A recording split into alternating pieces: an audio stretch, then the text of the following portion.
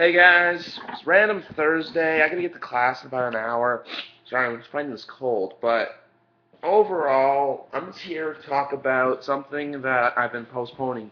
If you watched my recent videos from September, you would have said something about a vlog, but YouTube's decided not to upload it, or I'm having trouble uploading it. So I figured I'll do what I see from a bunch of other people and make a live experience video about this, about everything, what I did that day, this for Monday Night Raw just over a month ago in Toronto. Day started off, woke up about 6:15, 6:30ish because I had class at 8 a.m. Went to class, met up with my good friend. I'm going to start calling him by his Twitter handle. I'm just going to call him Keith. Then my friend and I, we met up because him and I are in the same program except he's first year, I'm second year. And then what happened after that? And then because him and I, the place where we're going to get the trains near his house, and we figured it was pointless getting two cars, so we went to his house, dropped his car off, went up to my house, grabbed the most important item of all, the tickets. I don't want to explain what I did in class. That's just a little stupid. But we did that, grabbed the tickets, went back. Went to I ended up going to McDonald's actually because like it was there. We had this like McDonald's up in Canada. They'll do these coupons where it's like two can dine for like $10. So we did it. He paid for it because he knew that I was driving everywhere. I got the tickets even though he paid me back for them. Everything like that. Yeah, basic shit. But overall, it was a pretty good day there. Then we each had a class. I had a really boring class. I ended up spending most like it was a good it's a class I like, but my teacher's really boring.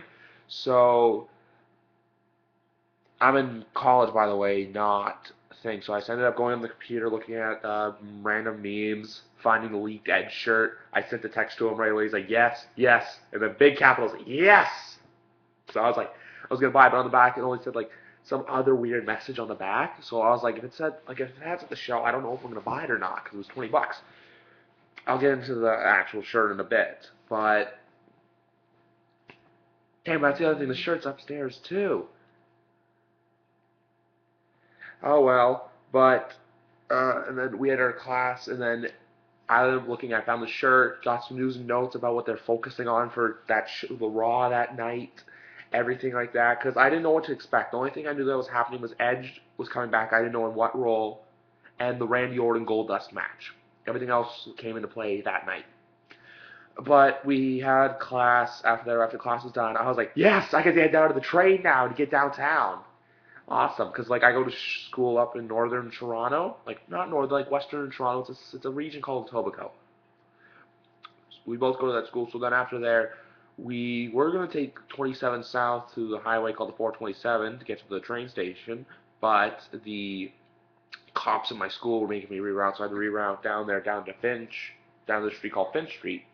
But then from Finch, I don't know if it's street or avenue. I don't know what it's called. I see it every day. Stupid me. But then from there, we had all this shit going on, and then we went down to 427, got off, rerouted, got to the train station. It was about just before 5. We get there immediately we see people that are going to the show. Yeah, and then we realized we got on there. I tried creating my vlog, but like even the vlog, like it turned out bad. Like I'd rather come on here, do this, talk to you guys for a second. Sorry, I need to clear. So I'll be back in a quick sec.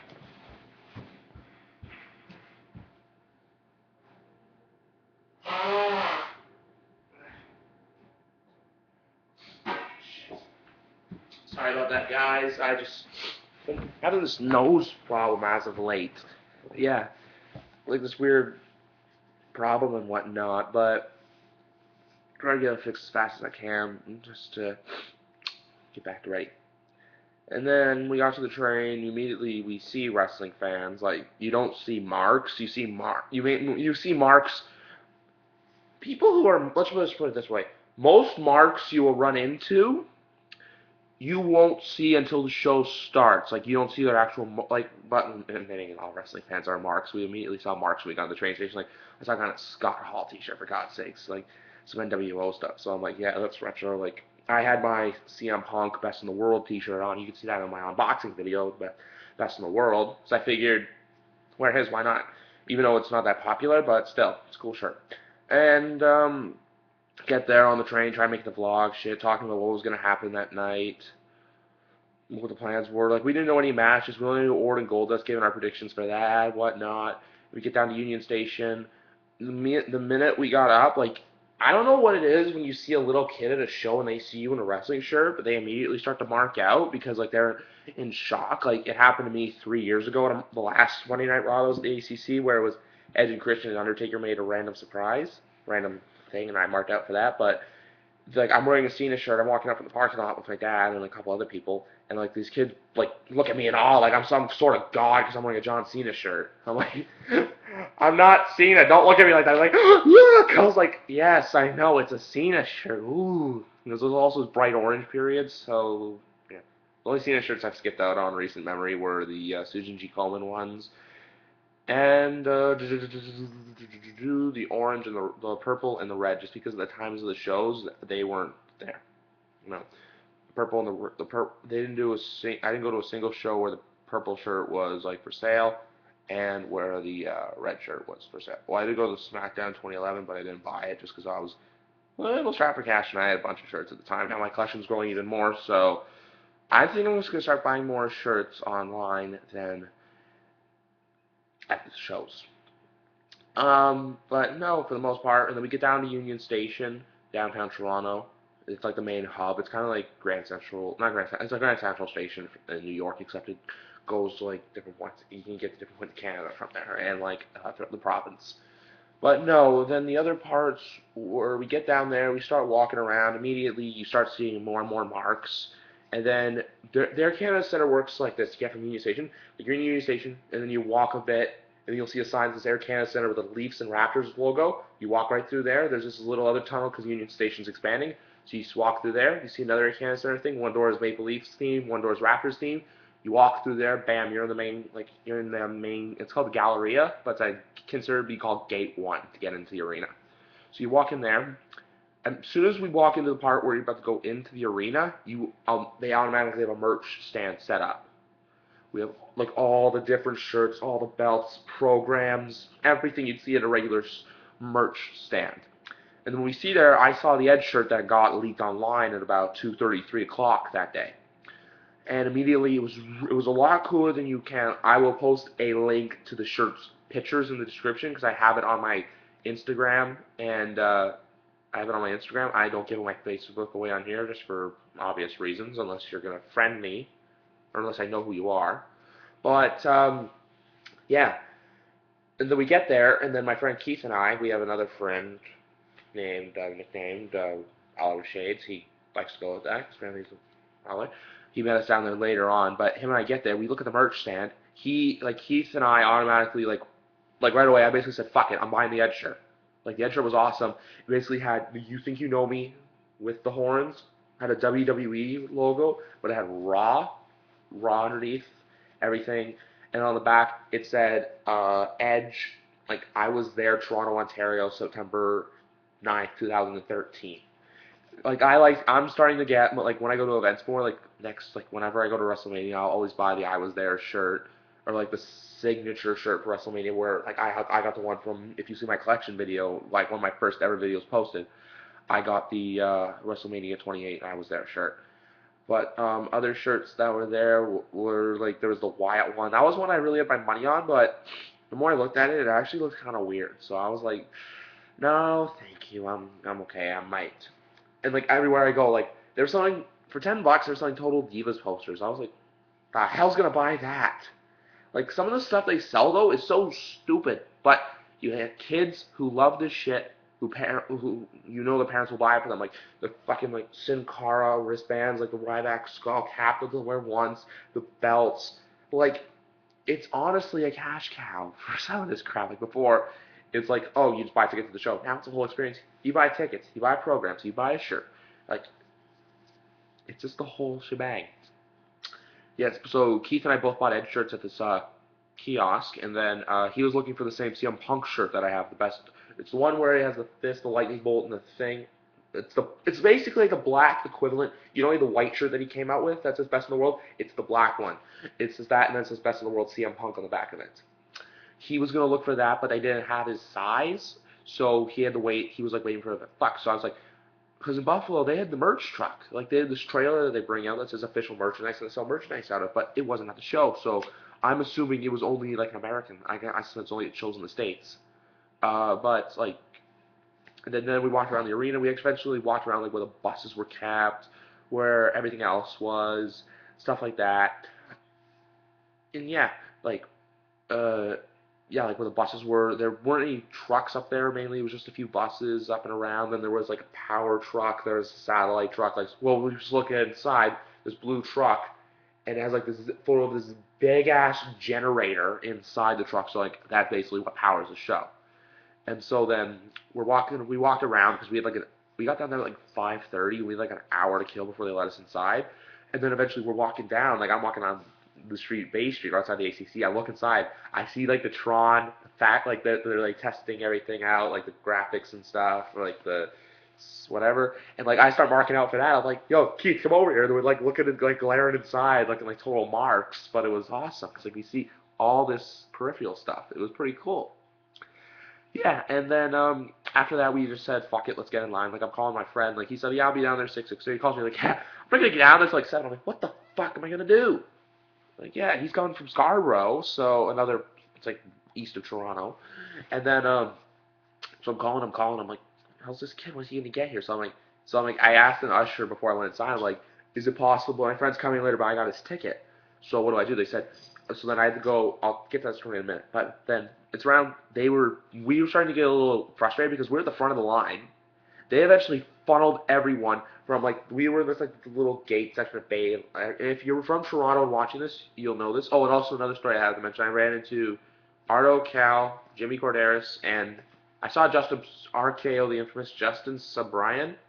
I saw him at the box office. I was gonna say something, but I was like doing a double takes because I just started to watch his videos at the time. Like I watch them more often now. But yeah, I saw him, and then yeah, just I know. But then the thing that pissed me off though was because like we're at the front of the line to get in, we're right at the doors, and the security comes out. All right, everyone's gonna funnel, make a line around the side. We get stuck back to the front. This is like 6:25. They did not let us until 6:45. Like we look around, I'm like, fuck. They're just it's like the people who work in the arena are just chilling there. They're not even doing anything. Like let us in. Come on, let us inside. But yeah, and so then eventually we get inside. I asked them about my thing. They're like, yeah, I just want to get one. You gotta go through this thing to let your friends in and out and whatever. And then from there, Keith and I got inside. We were looking around at some stuff and whatnot. And then yeah, where the gate was we entered from. We entered from an outside gate because the inside gate, the lineup like where we were originally came in from Union Station. The line basically went from the front doors all the way down. Where I put it took about half an hour just to get inside. Like Air Canada Center is really good at getting people in. It's just a matter of time constraints. They're always, like every time I've been to a WWE show where I'm like waiting to get inside, they're always late. Buffalo, exact same thing.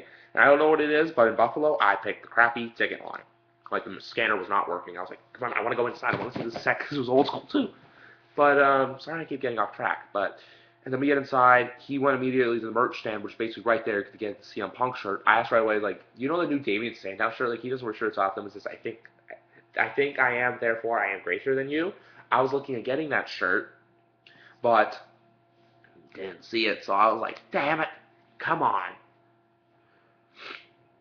And yeah, okay, this video's getting a little long. I might have to make a two-parter, but yeah, I'll just let it run out. I'm on YouTube, so if it's a little long, sorry, just hold with me. Okay, then get inside. Eventually, we're walking around. I go to the set. I'm like, the new set's actually really cool because like in Buffalo, I didn't see the new set. I saw the old school set. By old school, I mean like the one they used in the '90s. But sorry, I'm not feeling well. But yeah, then we get inside, and I'm like, oh crap, where is he? He's like, I'm in Union Station. So I go outside. I'm like, my friend's outside. I have his ticket. I ask like people, my friend's outside, but I have his ticket. Will I be able to get back in? Like, yeah, just go to the person, scan your tickets out, and then I go back outside. Go outside. I find him. We get inside, but it's his first ever show. So like he's rushing. He's like, I want to see the set. I want to see the set. I want to see the set. But they want to get a drink, like a beer or something. But then he's like, oh, you go to the stand. I'm like, you go to the one stand that requires cash. I'm like, the fuck? You go to an event, you have to bring cash. That's the only thing that I felt ripped off. I got a package of it was like Skittles or Twizzlers, like a root beer, like because I was driving that night. It was like for $10. I was like, fuck, that's a rip off. Eric, that's you know, go to any arena, you'll find rip off pricing. But Buffalo was actually I got a good bang for my buck. I got like a 2 drinks and popcorn for like $13. Yeah, so it was like not that bad, but here I got $10 for a snack and a drink. So yeah, and then the show starts. Like the crowd, at first it wasn't there, but then like I look and like there's people all over the arena, so like I knew that there wasn't any. There, I don't think there was any tarped off, maybe in the upper parts of the non-camera side, but for what I know, the arena was really full. It was probably one of the fullest I've seen it. But other than that, there was, and then start off the night. There was no dark match. They got right away into Superstars, where we had the first match of the night, where it was the Usos versus 3MB. The only annoying part about the night was I had these 2 girls sitting in front of me. They were older than me, probably in their 20s. They had signs for every fucking superstar. It was like Rhodes or Riot, RKO, I love you. I'm like, make your mind up. Who are you cheering for? You don't need. They had like 50 freaking signs. Like even the one spot we got on TV, we were blocked by these girls. I was watching. It's like, the hell is wrong with you? If you're watching this, you're in 107, row 14 at the Raw show. Don't make as many signs next time. It's like, oh, who's so like signs for every single person. I blocked our view, but then like everyone was like cheering for the Usos. We were proudly. I was cheering for 3MB, and then after that, it was Zack Ryder versus Biggie Langston, which both got decent pops. Yeah, on the Raw. Once Raw started though, it was getting pretty cool because like we saw the stage, we saw the set, saw everything. You know what? I've seen guys make. You know, this is one night show, but I'm going as long as I can go. But these like they bring out all this stuff, like they're getting the speakers right. So I'm like, okay, they're starting with a promo. Maybe like Orton's coming out, Bryan's coming out, who knows? But I see these guys carrying a rug on their shoulders, and I'm like, I see the rug, I see the Ray Darlow going, oh shit, they're starting with the cutting edge. The cutting edge is starting. Like I start marking out just the fact that the cutting edge is starting, but I know they're gonna introduce it right away. Like they play like Justin Robinson's saying, oh, we're going live in like less than 30 seconds. So it's like, thanks, give us some time to prepare. They run the beginning insignia where it's like then, now, forever. Nothing said, nothing done, no intro right away. You think you know me? That place fucking lost it. Like I marked out too because I will always mark out for Edge, but this I mean the Air Canada Center was like everyone was standing, everyone was cheering, everyone was going. The smoke was coming up. He came out, boom! Like it was. I'm gonna say this right now. That was the biggest pop of the night for Edge. But like when Edge came out, like everyone was just doing that. His pyro was going. Like I was like, sometimes you're like, oh, don't know if it's still. I was like, yeah. And then yeah, and then he came out. He did his thing there. He brought out like gave his spiel, and then he brought out Daniel Bryan. Again, place lost everyone. Yes, yes, yes. Everyone was yesing. Like there was these people with this sign. It's like Daniel Bryan, but like they had an actual like thing, and then they were like controlling the hand. Like I thought that was so cool. But like overall, it was a very good show. Like that was opening part was a very strong, solid part to begin the show. Up next, they had the first match of the night, which was Kofi Kingston versus Curtis Axel. That match was it was an all right match. Like it was nothing special. Like not expecting any bang for your buck, but whatever. It was like I thought Kofi was getting pyro because they had pyro out, but then like I see the pyro guys, I'm like okay, he's getting a dark entrance. And then his match kind of bummed out because you had that whole like Curtis Axel came out. Curtis Axel did get some heat, but it was like whatever. I'm like, Curtis Axel, whatever. Paul Heyman. Here we are. I was just trying to get a match list because I forget like the order. Okay, yeah, Kofi Kingston won by disqualification. He entered the ring to calm down, and then he got.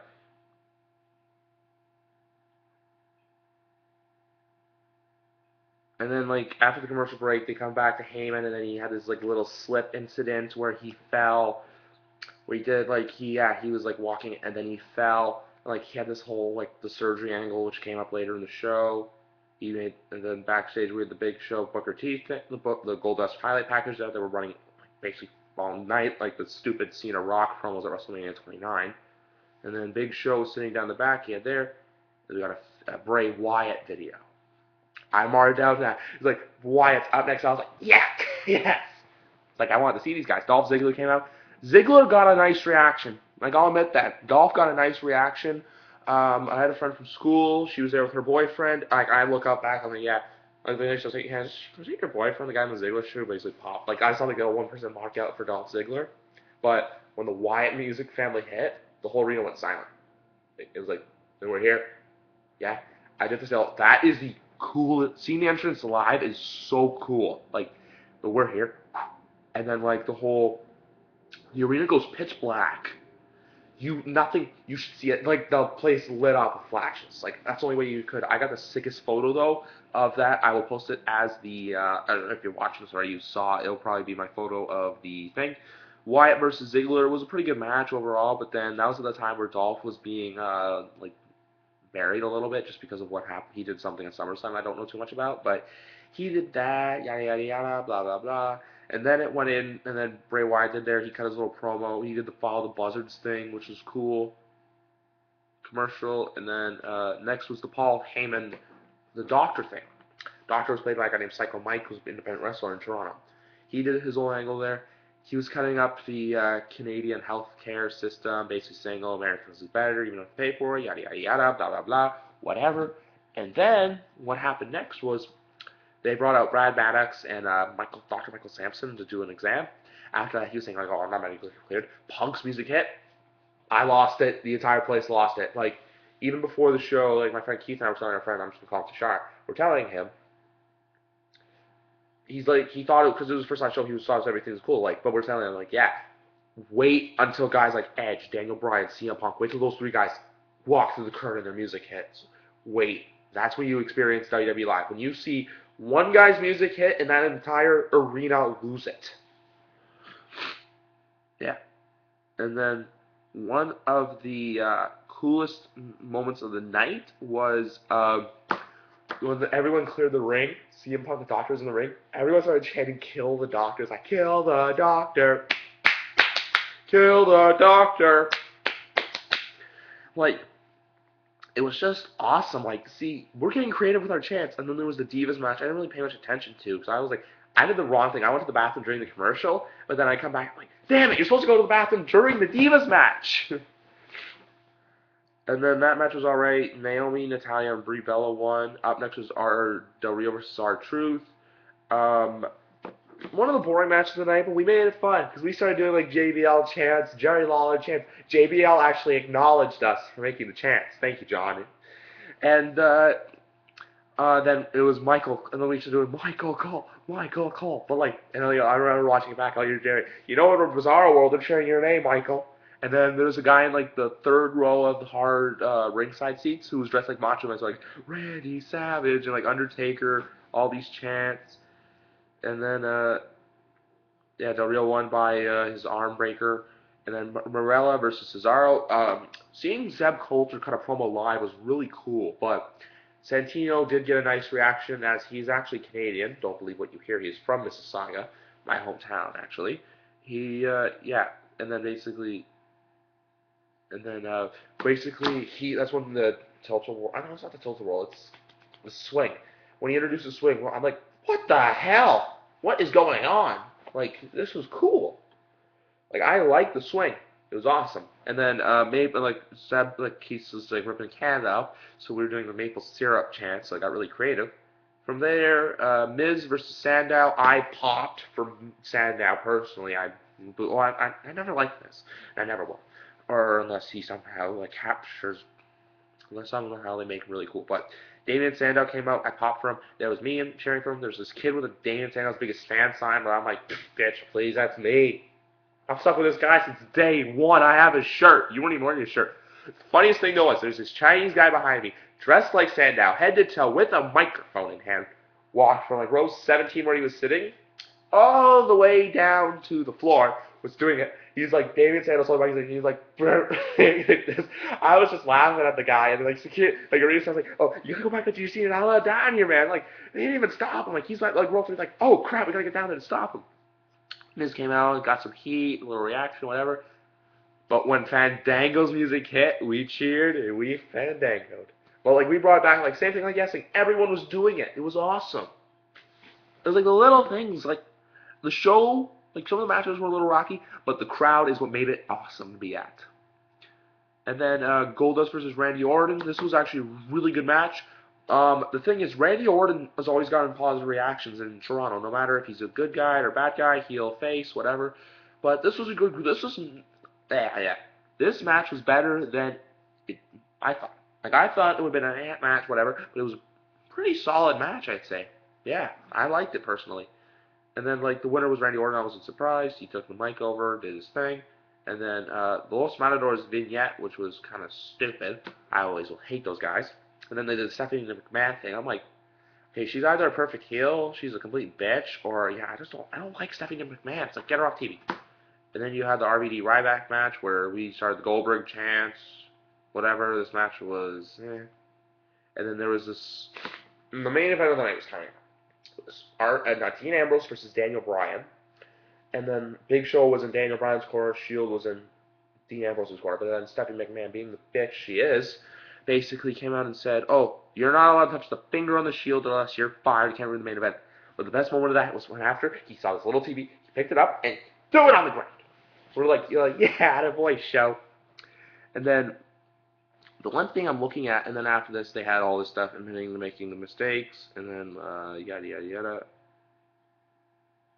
Daniel Bryan versus Dean Ambrose. Match of the night. These guys can wrestle. This was a really good wrestling match, but the thing that pissed me off was my seats.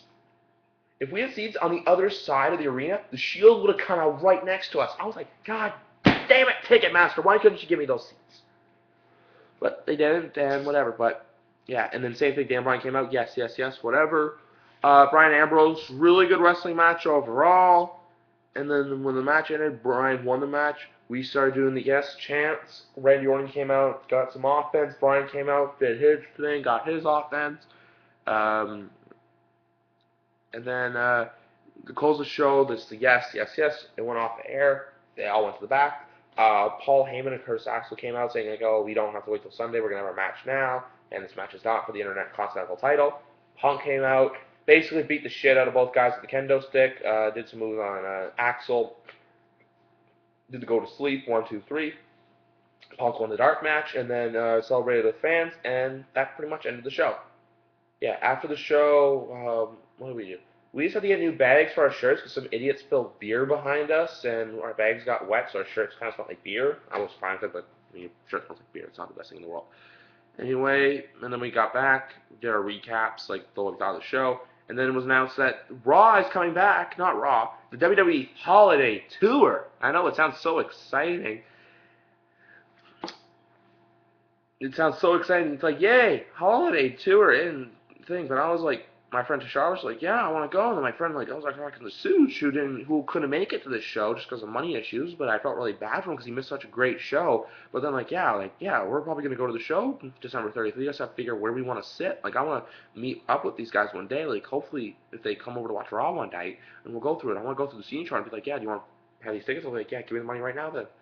So yeah, everything overall, it was a great show. This had to be the best show in Toronto that I was a part of. The only reason why I'm contemplating the house show right now is because of the talent and as well the overall, like, there's a Raw recording in Richmond, Virginia, so we know we're not going to get Punk or Bryan or any of those guys, but Damien Sandow, Fandango. Anyway, see you YouTube. I'll be back Monday night for a video. This is in due part to the vlog, and yeah, peace.